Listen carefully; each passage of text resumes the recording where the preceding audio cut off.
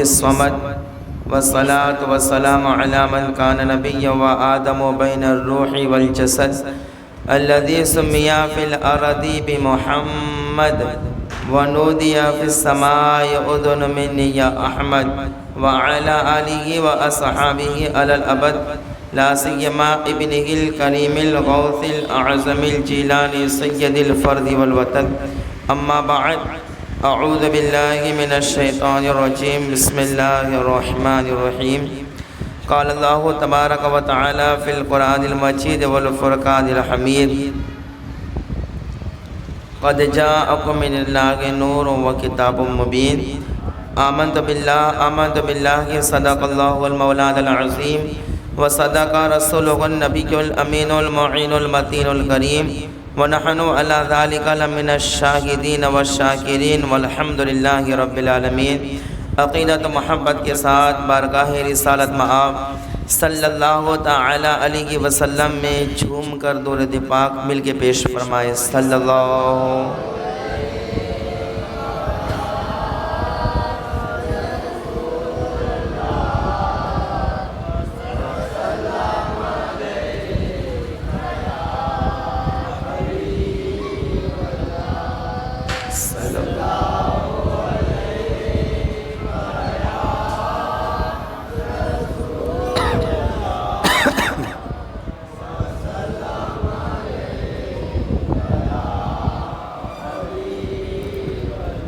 استاذ زمن مولانا حسن رضا خان علیہ رحمت و رضوان فرماتے گئے: پر نور ہے زمانہ صبح شب ولادت. پر نور ہے زمانہ صبح شب ولادت. پردہ اٹھا کے کس کا صبح شب ولادت. پردہ اٹھا کے کس کا صبح شب ولادت.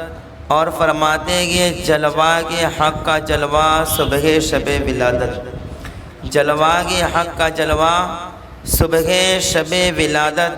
سایہ خدا کا سایہ صبح شب ولادت.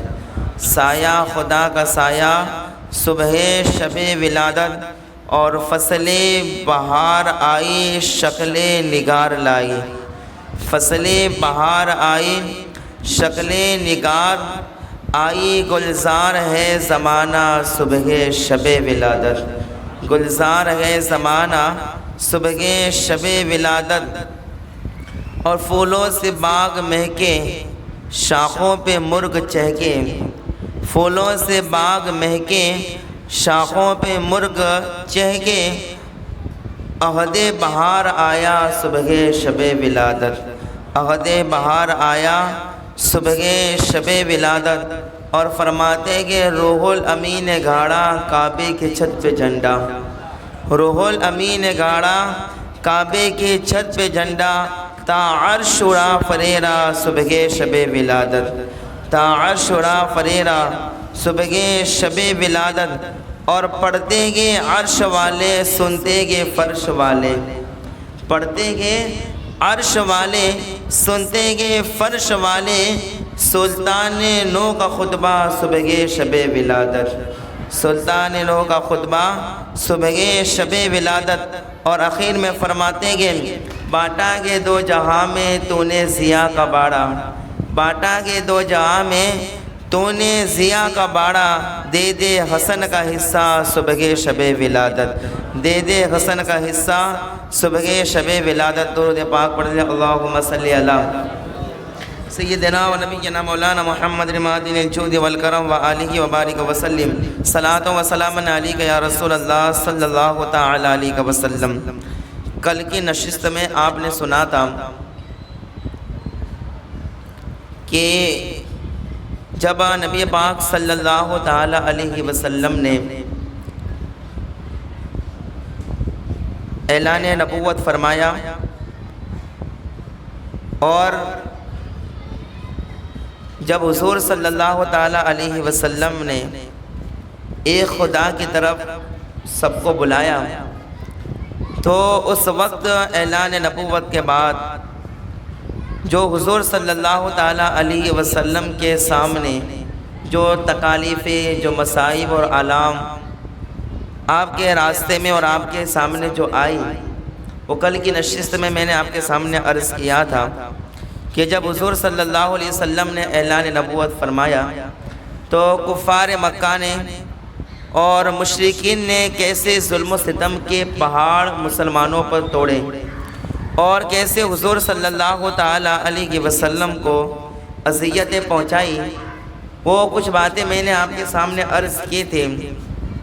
آج کی نشست میں آگے کی بات کو سماعت کریں، آگے کی گفتگو کو، کہ جب کفار مکہ کے ظلم و ستم بہت زیادہ بڑھ گئے، جب حد سے تجاوز کر گئے کفار و مشرکین کے ظلم و ستم، تو حضور صلی اللہ تعالیٰ علیہ وسلم نے صحابہ کرام کو حبشہ کی طرف ہجرت کرنے کا حکم فرمایا، کیونکہ اب ظلم و ستم بڑھ گئے نا، بہت زیادہ اہل مکہ کے ظلم و ستم بڑھ گئے۔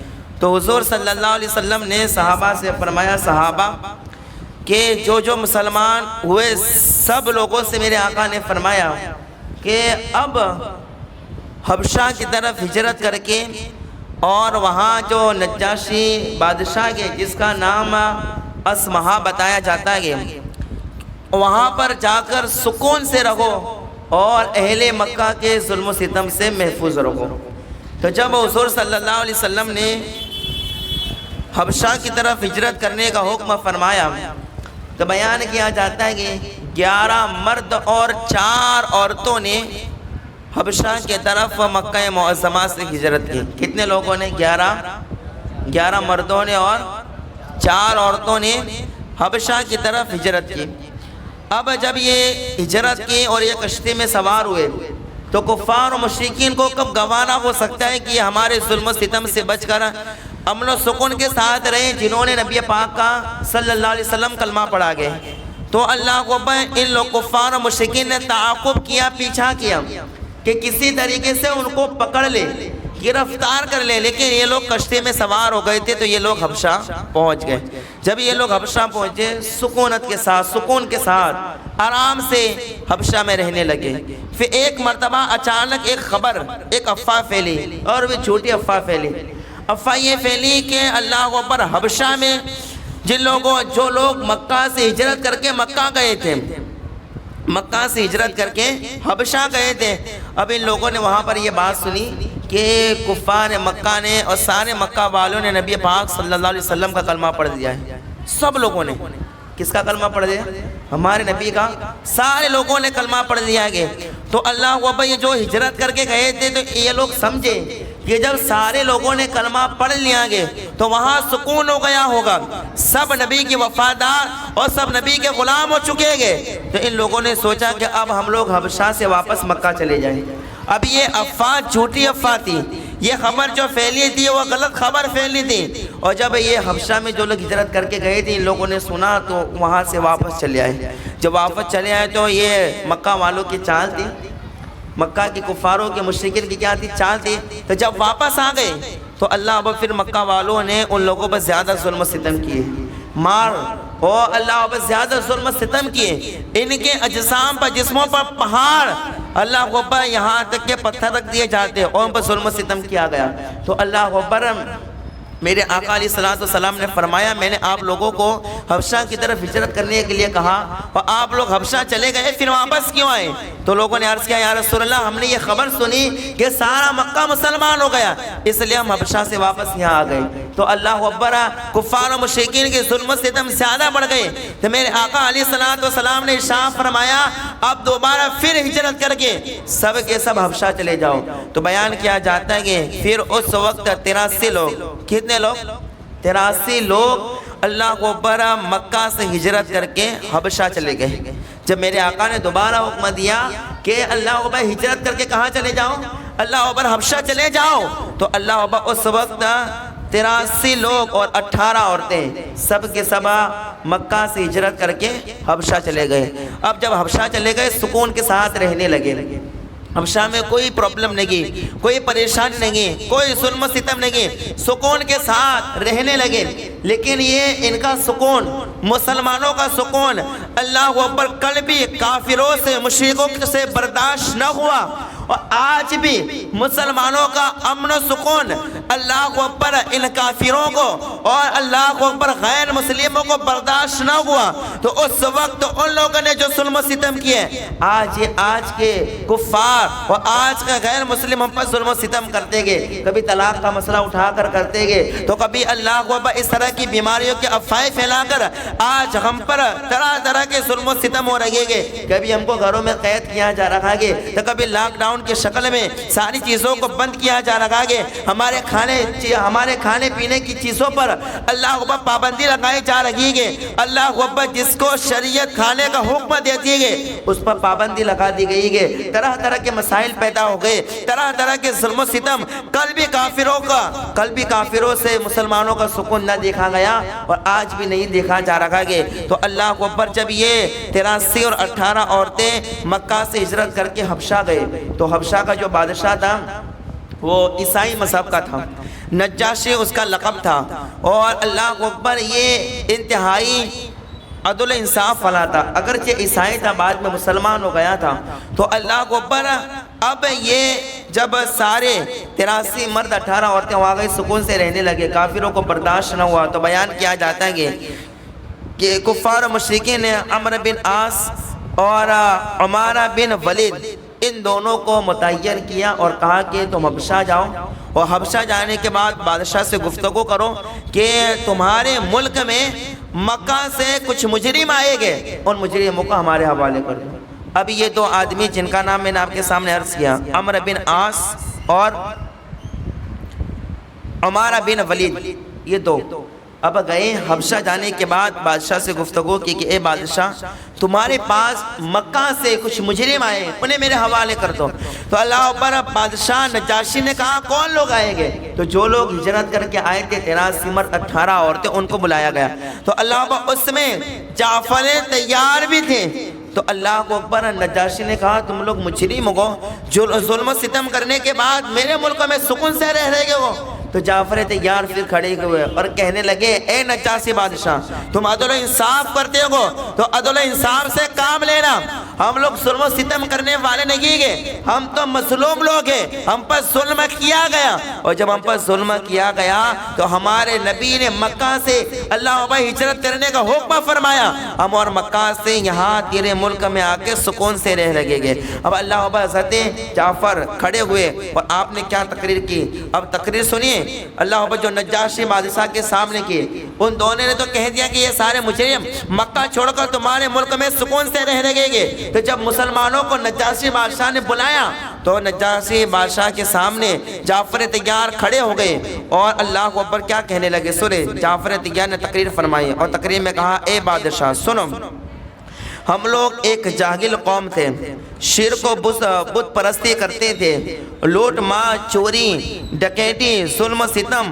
اور طرح طرح کی بدکاریوں اور بدعمالیوں میں مبتلا تھے۔ اللہ تعالیٰ نے ہماری قوم میں سے ایک شخص کو اپنا رسول بنا کر بھیجا جس کے حسب و نسب اور صدق و دیانت کو ہم پہلے سے جانتے تھے۔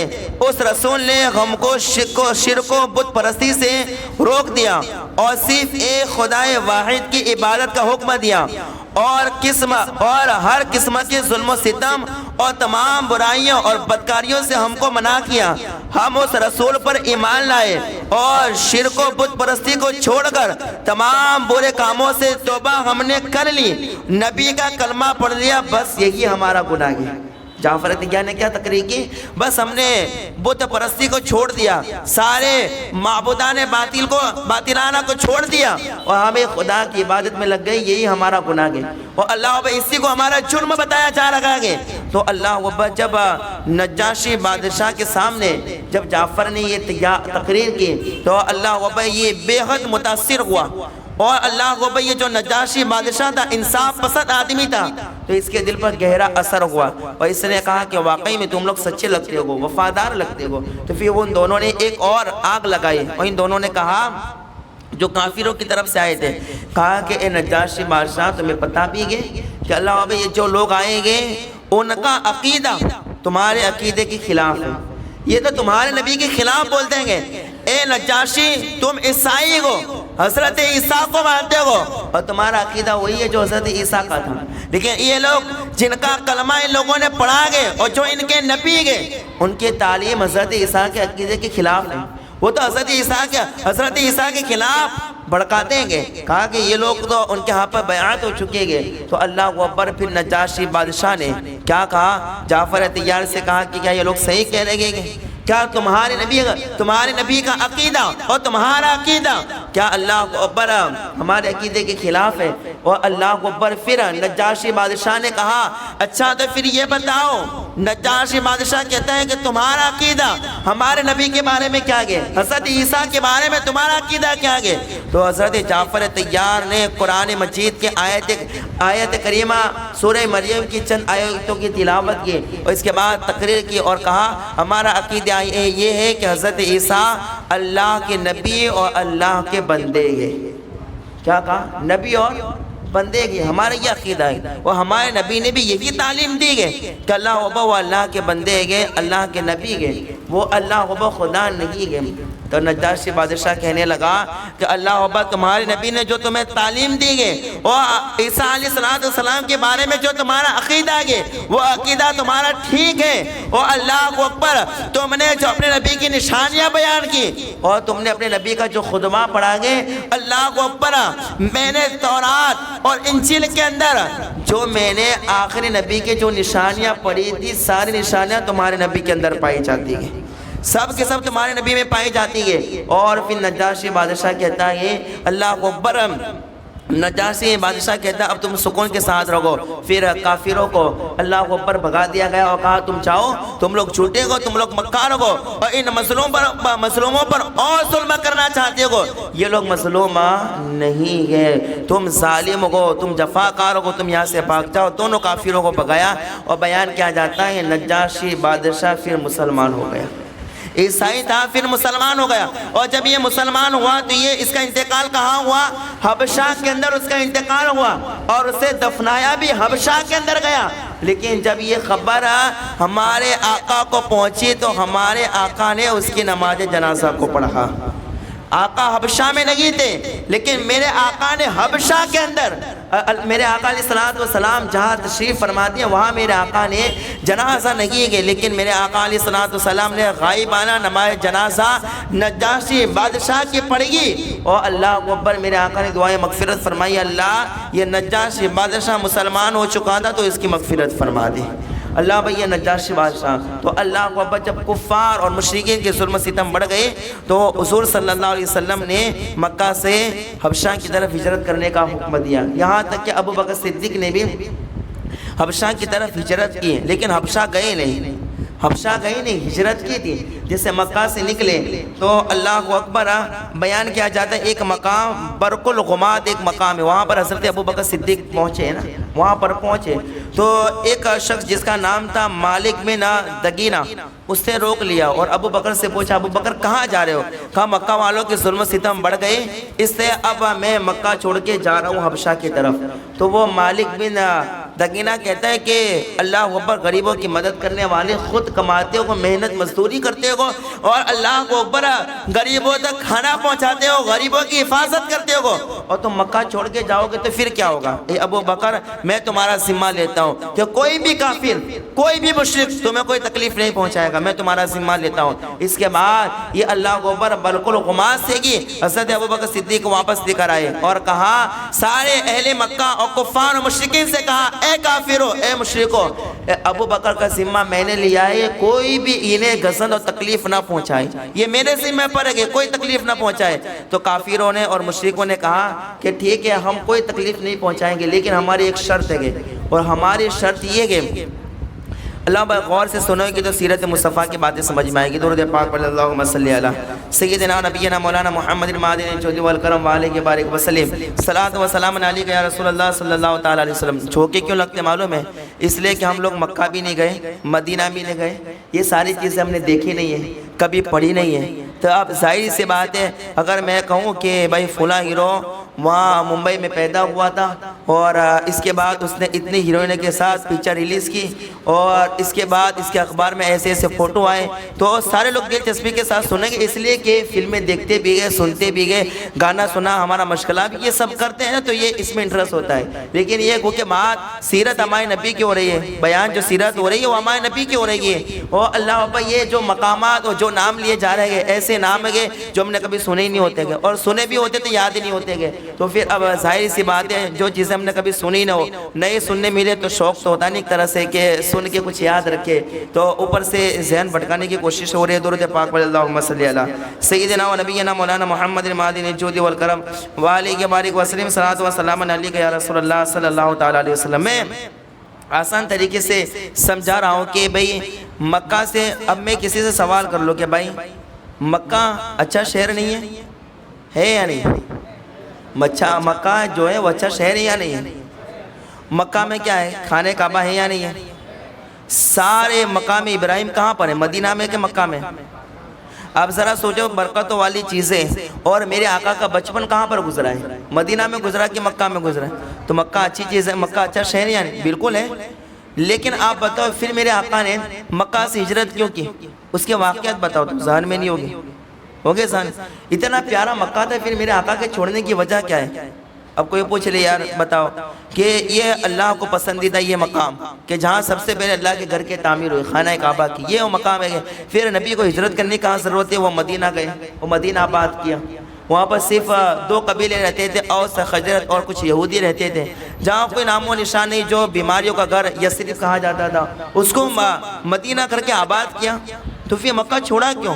اب کیا واقعات پیش آئے، کیوں یہ سارے واقعات پیش آئے کہ میرے نبی کو ہجرت کرنا پڑی؟ اور اللہ اکبر، اس کے بعد اللہ کے رسول نے کیوں صحابہ کو حکم دیا کہ مکہ سے پہلے حبشہ کی طرف ہجرت کرو؟ پھر کھلے عام طریقے سے پھر میرے آقا نے فرمایا کہ آپ مکہ سے مدینہ ہجرت کرو، کیوں؟ سارے درمیان کے واقعات ہیں، یہ نبی کی سیرت ہے کہ کیا ہوا کیا نہیں ہوا، تو کچھ باتیں دلچسپی کے ساتھ آدھا پونا گھنٹہ بیان ہوتی ہے، میں کوئی 3-4 گھنٹے تک تقریر کرتا نہیں ہوں، یا کوئی ایسی بات تو ہے نہیں کہ صبح تک بیان ہوتا ہے۔ ہم بھی سمجھتے ہیں کہ آپ لوگ محنت مزدوری والے کہ اللہ آپ کے کاروبار میں اور ترقی دے، لیکن جب نبی کی سیرت بیان ہوتی ہے تو دلچسپی کے ساتھ 2-3 باتیں سن لو، یاد رہ جائے گی تو کبھی کام آئے گی، کبھی نہیں تو قبر میں کام آئے گی۔ آئے گی کہ نہیں آئے گی؟ قبر میں جائیں گے اور اللہ کو بس سن لو کہ ایسی کوئی بات پوچھی گئی کہ زندگی میں کوئی اچھی بات تو نے سنی ہے، تو اگر صرف اتنا کہتے کہ نبی کی سیرت سنیے تو بخشش ہوگی کہ نہیں ہوگی؟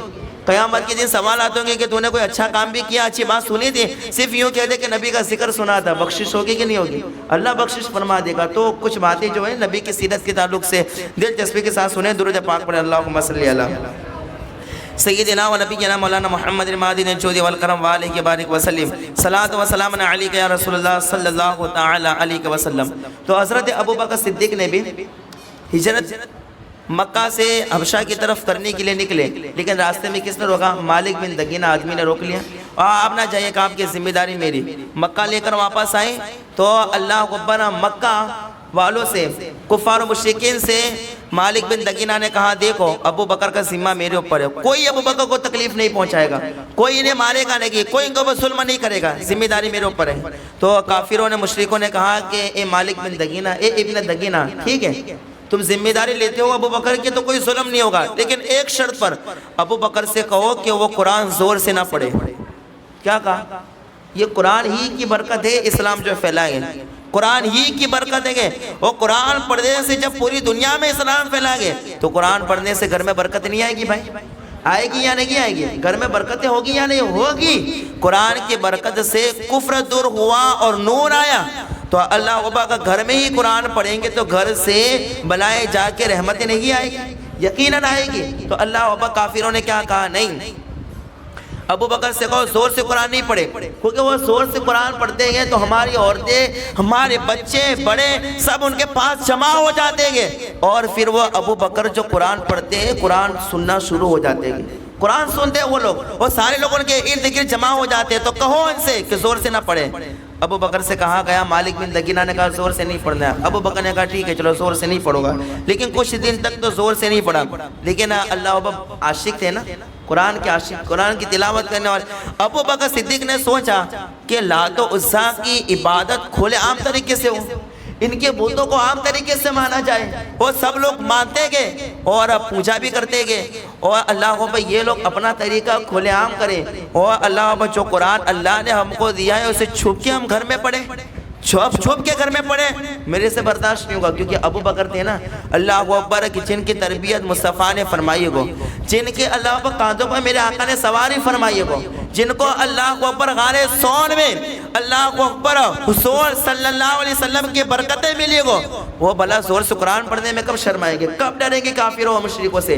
اللہ اکبر تو بیان کیا جاتا ہے ابو بکر صدیق چند روز تو دھیرے قرآن پڑھا، لیکن پھر کچھ دنوں کے بعد اپنے گھر سے باہر نکلے اور زور سے اپنے گھر کے بعد یہ ایک مسجد بنا لی چھوٹی، اور اس میں زور سے قرآن پڑھنے لگے، اور کفار اور مشرکین کے بچے اور دوسرے بڑے لوگ آ کر ابو بکر کا قرآن سنتے۔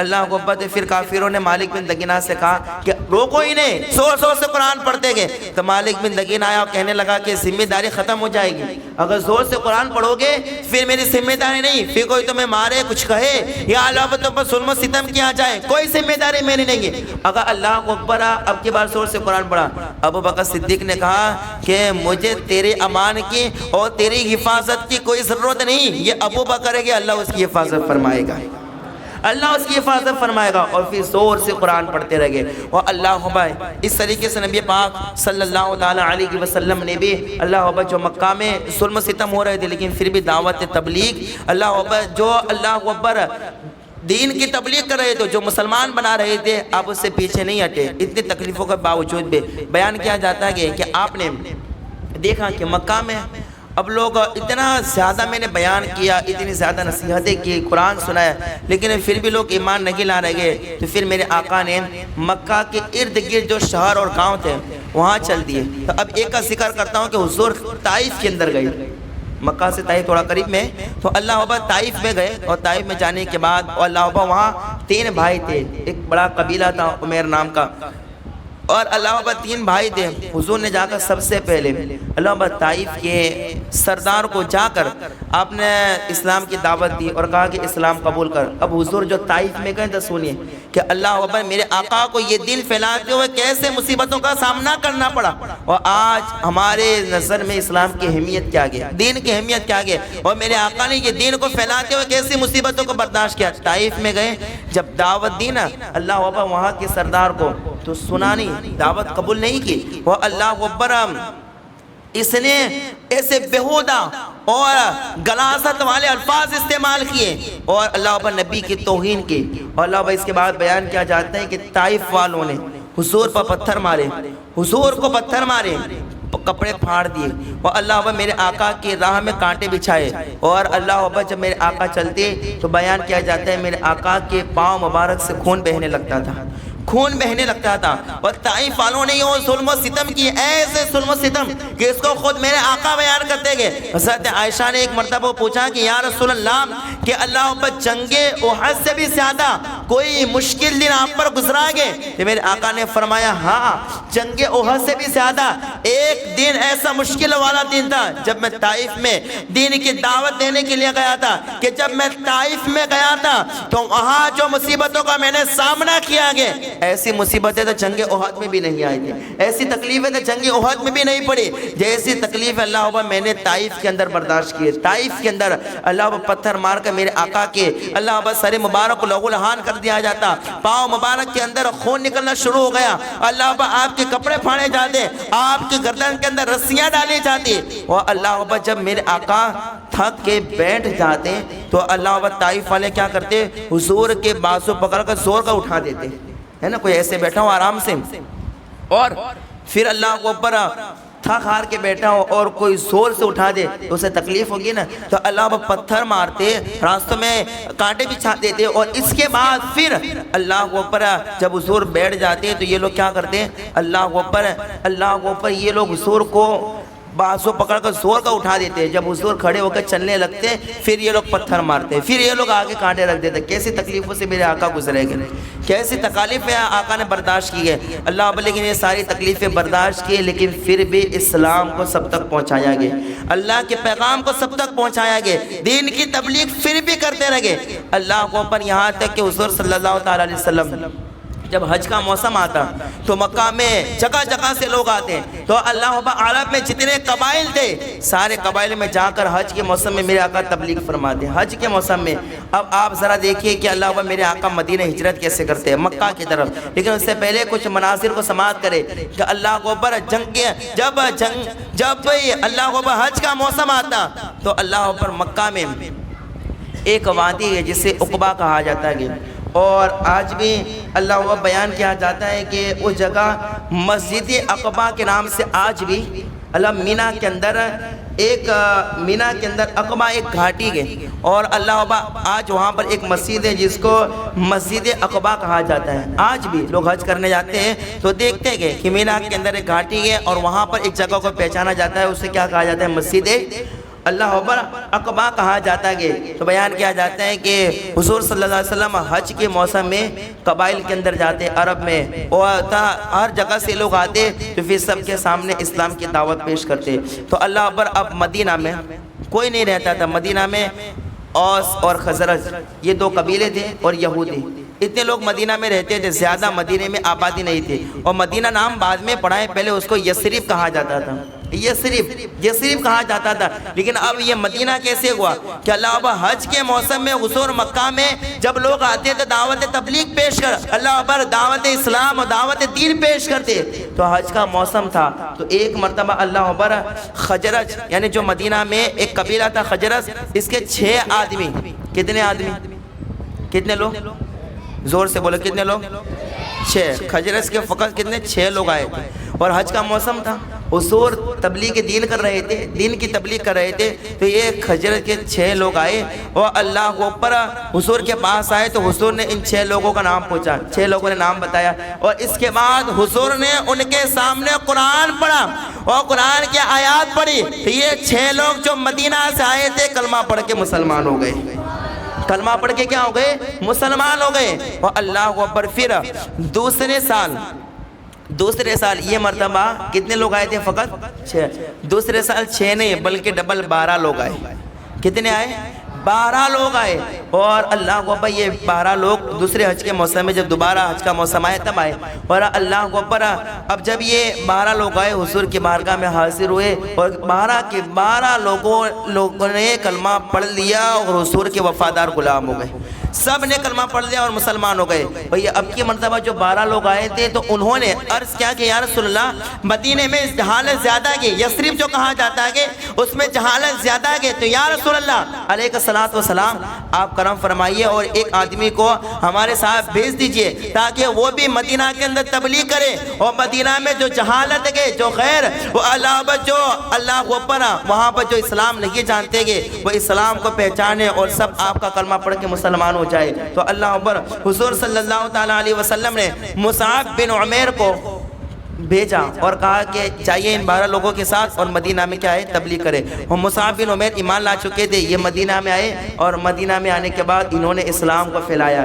بیان کیا جاتا ہے کہ مصعب بن عمیر مدینہ میں آئے اور اوس جو دوسرا قبیلہ تھا اس کا جو سردار تھا اس کے سامنے بھی اسلام پیش کیا، لیکن اللہ کو اوپر اس نے اسلام لانے سے منع کیا۔ پھر مصعب بن عمیر نے قرآن کی آیات کو پڑھا، جیسے مصعب بن عمیر کا قرآن کی آیات کو پڑھنا تھا اوس کے سردار نے سنا تو یہ بھی کلمہ پڑھ کے مسلمان ہو گیا، یہ بھی کلمہ پڑھ کے کیا ہو گیا؟ مسلمان ہو گیا۔ تو اللہ اکبر اب ان 12 لوگوں کے ساتھ میرے آقا نے مصعب بن عمیر کو بھیجا تو یہ مدینہ گئے اور سب کو مسلمان بنا رہے۔ پھر حج کا موسم آیا تو پہلی مرتبہ کتنے لوگ آئے تھے؟ 6۔ دوسری مرتبہ کتنے آئے تھے؟ 12، اور 12 لوگوں نے جو اسلام قبول کیا، اور اللہ اکبر اسی کو بیعت عقبہ اولیٰ کہا جاتا ہے۔ کوئی کہے کہ بیعت عقبہ اولیٰ کیا ہے؟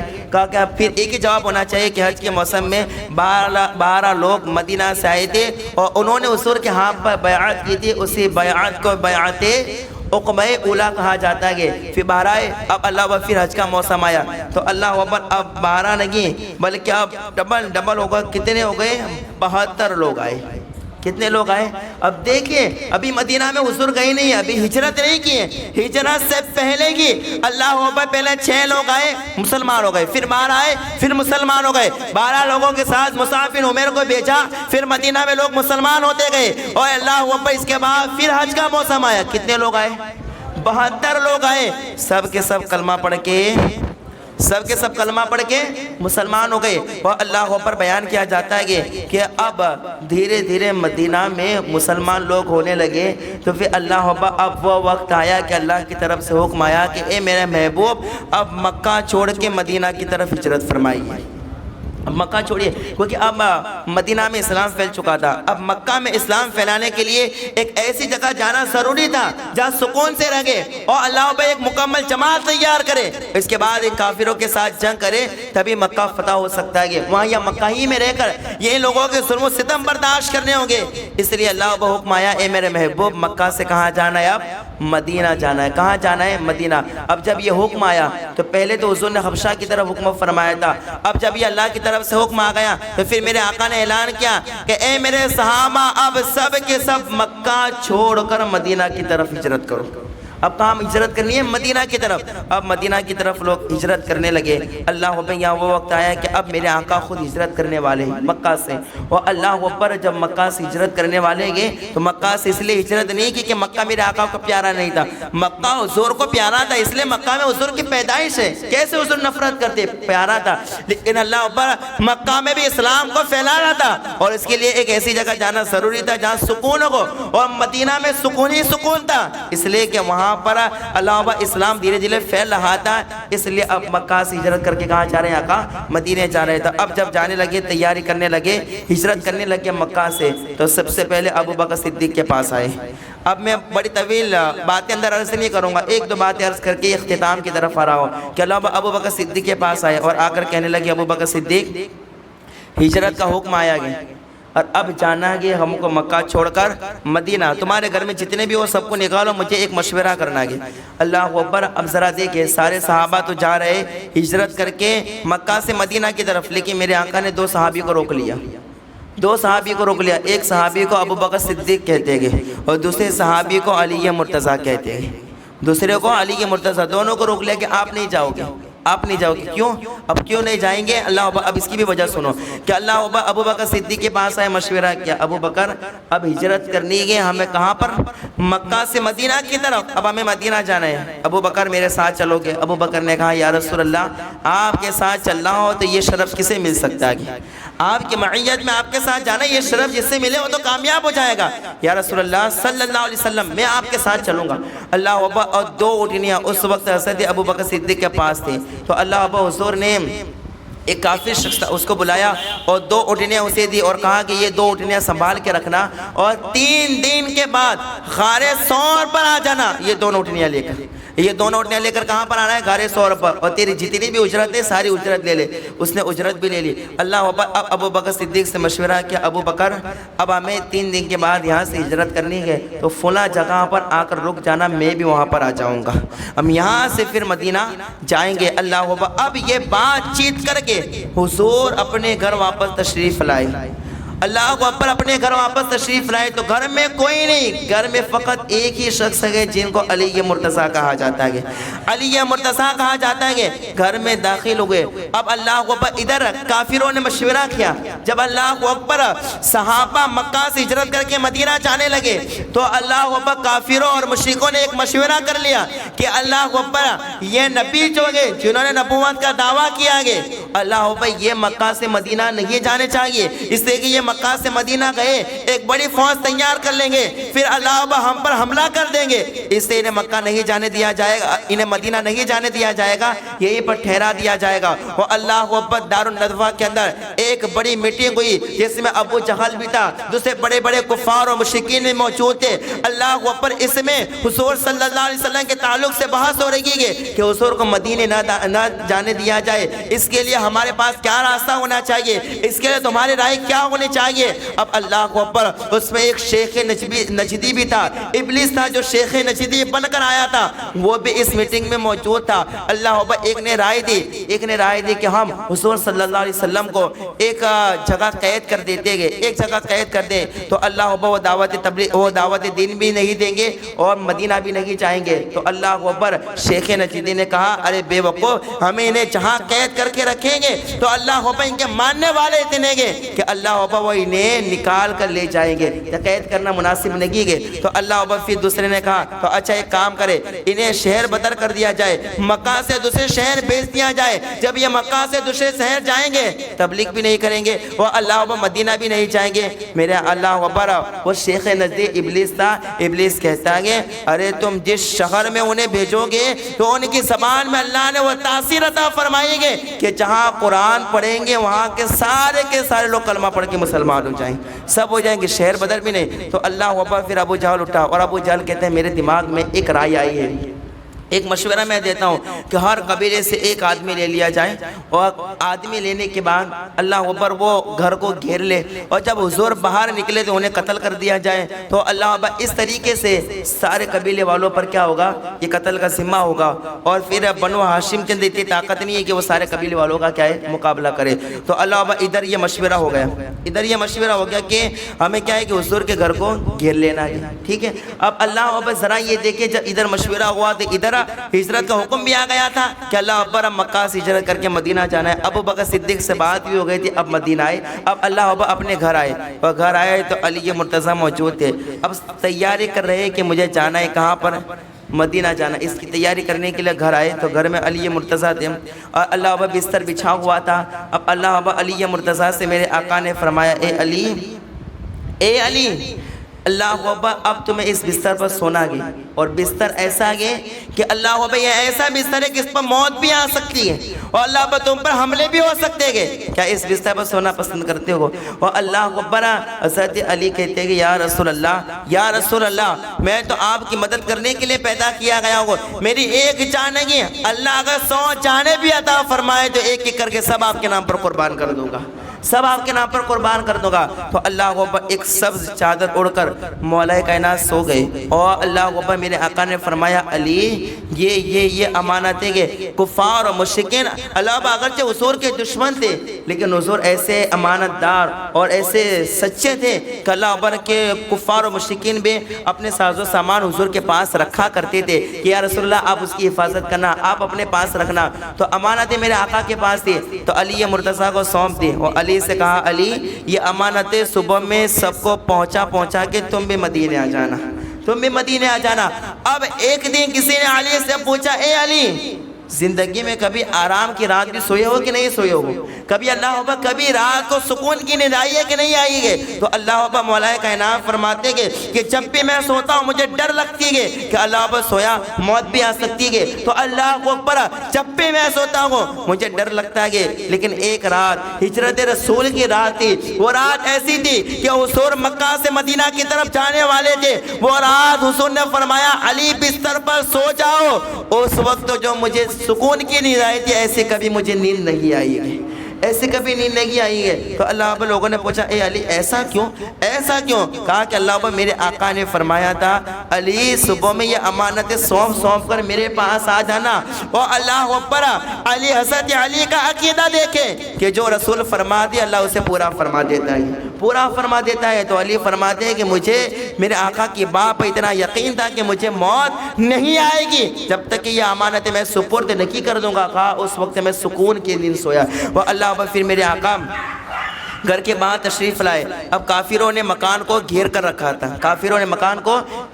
رکھا تھا، بیان کیا جاتا ہے کافروں نے مکان کو گھیرا تھا۔ میرے آقا باہر تشریف لائے، ہاتھ میں مٹی کو اٹھایا، سورہ یاسین کے کچھ آیات، یاسین والقرآن الحکیم کچھ آیات پڑھ کے آپ نے کافروں کے چہرے پر ڈال دی۔ پھر میرے آقا ان کے سامنے سے نکل گئے لیکن کسی کو نظر نہیں آئے، کسی کو نظر نہیں آئے۔ اور آج کا وہابی ملا کہتا ہے کہ اللہ اکبر حضور ہے تو دکھتے کیوں نہیں گے؟ اور ایک جرجس انصاری جو بدبخت ہے وہ تو کہتا ہے نبی زندہ ہو تو مجھے بتاؤ کہ میں ان سے ملاقات کرنے جاؤں گا، میں ان سے ملنے جاؤں گا۔ یہ اللہ اکبر آج کل کے اہل حدیث وہابی کہتے ہیں کہ اگر حضور ہے تو دکھائی کیوں نہیں دیتے؟ جب اللہ اکبر عید میلاد کا موسم آتا ہے تو تم کہتے ہو کہ اللہ اکبر حضور موجود ہوتے ہیں، حضور تشریف لاتے ہیں، تو اللہ اکبر حضور کہاں ہے؟ ہمیں تو دکھائی نہیں دیتے گے۔ ہمارے علماء جواب دیتے گے کہ تمہارے باپ حضور کے مکان کو گھیر کر کھڑے تھے، میرے آقا وہاں سے گزرے تو تمہارے باپ داداؤں کو نظر نہ آیا تو تمہیں کیسے میرے آقا نظر آ سکتے گے؟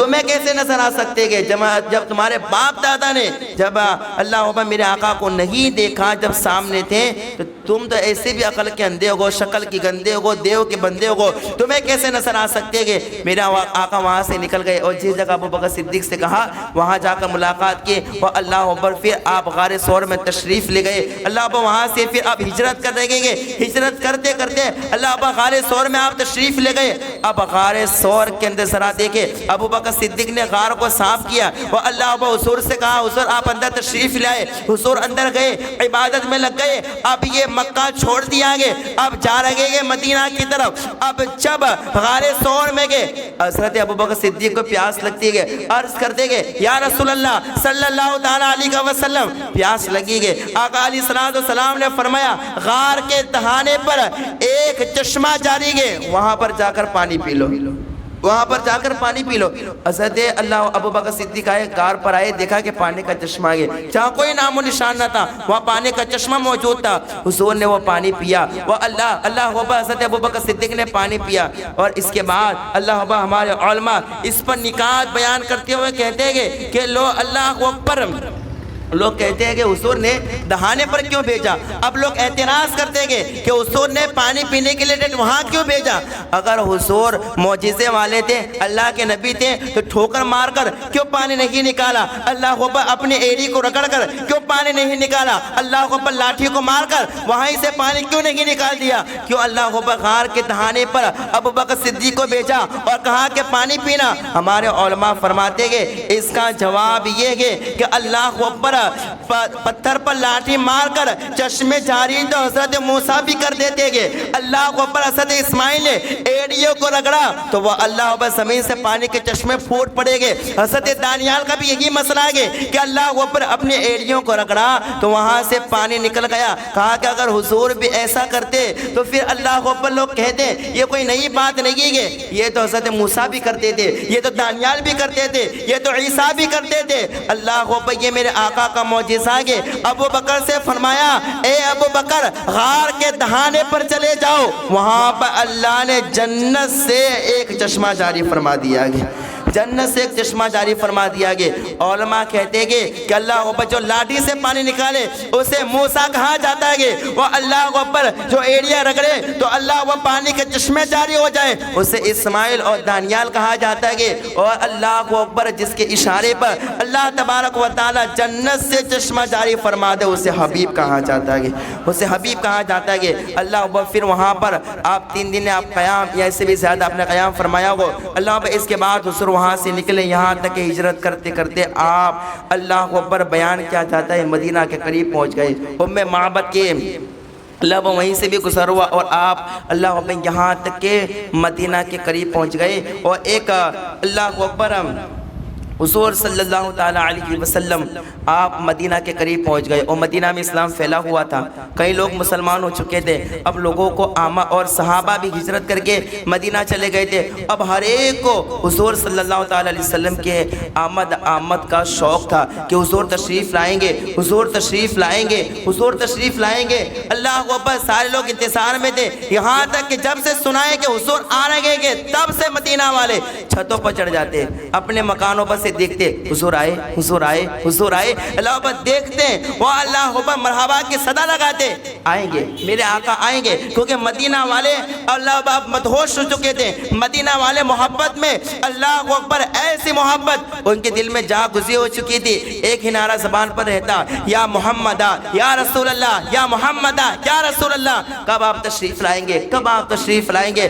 اللہ اکبر اب حضور صلی اللہ تعالیٰ علیہ وسلم آپ ہجرت کرتے کرتے اللہ اکبر مدینہ کے قریب پہنچ گئے، مدینہ کے قریب۔ اور اللہ اکبر یہاں تک بیان کیا جاتا ہے کہ حضور صلی اللہ تعالیٰ علیہ وسلم مدینہ سے 3 میل کی دوری پر ایک مقام ہے جسے قبا کہا جاتا ہے، آپ وہاں پر پہنچے اور اللہ اکبر حضور صلی اللہ علیہ وسلم نے وہاں پر مسجد کی بنیاد رکھی اور وہاں پر ایک مسجد بنائی گئی جسے مسجد قبا کہا جاتا ہے۔ یہ مدینہ سے 3 میل کی دوری پر ہے، وہاں حضور نے مسجد قبا بنائی۔ پھر اللہ اکبر اور یہ وہ مسجد قبا جس میں خود میرے آقا نے محنت فرمائی، میرے آقا پتھر اٹھا کر لاتے تھے، صحابہ لاتے تھے، اور اللہ اکبر یہ مسجد یہاں پر تعمیر کی گئی۔ جب یہ مسجد بن گئی اللہ اکبر پھر حضور صلی اللہ علیہ وسلم وہاں سے نکلے، یہاں تک کہ بیان کیا جاتا ہے کہ اللہ اکبر ایک قبیلہ یہ بنی سالم، قبیلہ بنی سالم، یعنی جب وہاں سے مسجد قباء جو مقام ہے مدینہ سے 3 میل کی دوری پر، وہاں سے نکلے،